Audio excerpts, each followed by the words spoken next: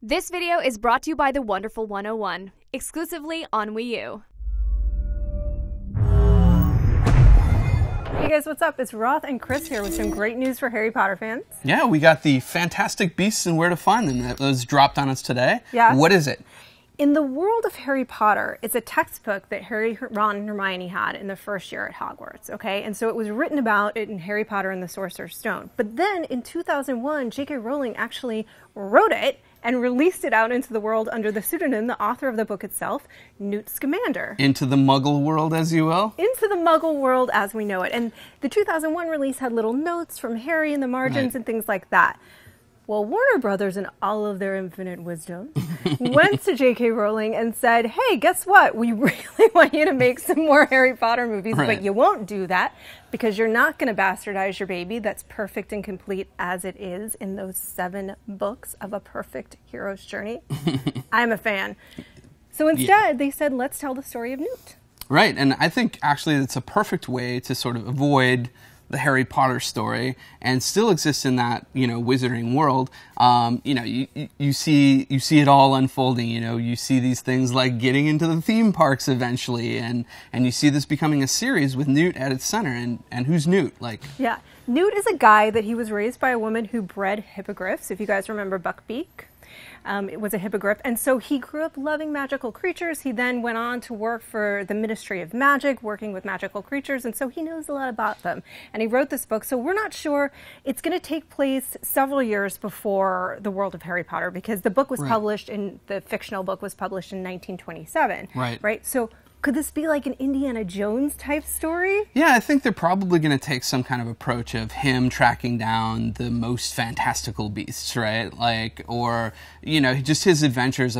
I do think you're right. I think it's going to be in that ministry sort of role, and then that's going to flow out, and he's going to, do the textbook from there. But it is like the perfect formula for movies because each one could centralize on one creature, and obviously, there's got to be villains and so forth, and that'll all get fleshed out. And the cool thing is that it's going to not get fleshed out by some person at Warner Brothers. It's like J.K. Rowling's doing it. She's writing it. She is, for the very first time, this is really exciting for fans, that she is, for the very first time, she's going to pen the actual first screenplay herself. Crazy. And this could go on for a long time as a serialized series of movies. There's this thing where, she got out of writing the books, and you feel like, okay, well, she's just done with Harry Potter in a way. But, it's like her baby, and I feel like she just has to come back to it. And this is kind of a different way to do it. And she's been really involved in making the movies anyway, so it seems kind of like a natural extension. I have to say, I'm really excited about it. I know you're Harry Potter mega fan, and I was kind of a little reluctant to come to it at first. I like it now, but this particular series of movies sounds great to me. I loved all the fantastical animals and that whole element of the original series. Awesome to me. So it's kind of like Monster Hunter, but in Harry Potter's world. Well, I'm a huge Harry Potter fan. I'm a big fan of the hero's journey. So whether it's Harry Potter or whether it's Luke Skywalker, or whether it's the Ramayana, I like the hero's journey. But I think that this sounds cool. What I was trying to say is a serialized franchise in the sense of really like an old-fashioned kind of serial in a way, the way that Indiana Jones was referencing old-fashioned serials, because each thing can really be its own self-contained adventure. There are 75 creatures in the book. There's endless amounts of things that they can do in that world. It could be potentially fascinating to watch unfold. Could we see Dumbledore, a younger Dumbledore? I think we will actually see him in some way, because he wrote the foreword in the book, in the actual book, for the school, and in the Muggle world, it's like Dumbledore writing it. You think that there's probably some link between them. And, you were saying, when we were talking before, you were saying, oh, I hope Dumbledore is not going to be a huge element of it. Well, no, I love Dumbledore. I would watch an entire prequel series about Dumbledore if she would do it, because I think his backstory is pretty fascinating.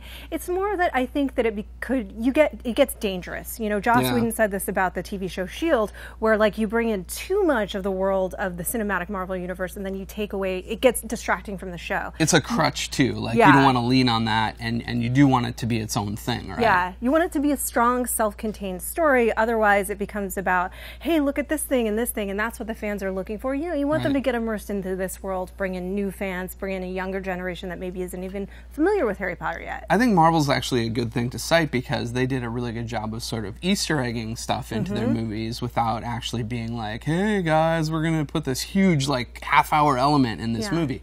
You know, you could make references to Dumbledore in this and, you know, just walk away from it and be like, hey, you're in this wizarding world that exists as this entire universe. And that you don't have to belabor the point, I feel like. Yeah, so. I really think that it's infinitely rich in possibilities. He did make a small appearance in The Prisoner of Azkaban on that Marauders map, probably there to deal with his hippogriff that we mentioned. Do you ever wonder, like, when things like this come about, do you ever wonder, like, how... Or maybe the dragons, actually. He was probably there for the dragons. Go ahead. How long ago this thing was, like, actually being talked about? You know, like, there's this part of me that's like, well, we always had it in the back of our mind that we could do this Newt Scamander story. Yeah, I think probably what they've been trying to pressure her to do is find a way to keep Harry alive, because that's the character and the characters, Harry, Ron, and Hermione, that people are really attached to. And I think that she probably needed a little breather from it too. She wrote some detective novels and did some different things, more adult-themed novels. But I think she loves this world. She's been immersed in it for many years. I think she knows so much about it. She has so much research, so much backstory. Probably knows everything about it. Yeah, she knows everything about it. And so I think that when they came to her with this idea, she probably thought, this is a way to get me back into that world without damaging Harry. And it's kind of amazing. And honestly, yeah, I mean, I think it's kind of a gift to fans. You know, it's basically like, here's more and more, because I do think it's a franchise. You know, you want that Harry Potter connection, but really it's maybe the series will now be known as like the group, the franchise will be like the Wizarding World. Yeah.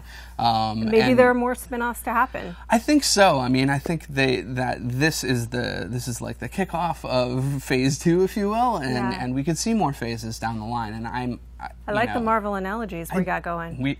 But I think everybody looks at Marvel and says, how can we make this happen for our franchises? Because it's working, and it's working for a lot of money, and that's what it's about at the end of the day. And since they haven't figured out how to do it with DC, why not go back to Harry Potter that's been so successful? All right, guys, burn. That's what we think, but we really want to know what you think. Do you think it's a cash grab? Are you excited? Would you like to see more spin-off stories from that world? Yes, and if so, which would you like to see? Let us know in the comments below.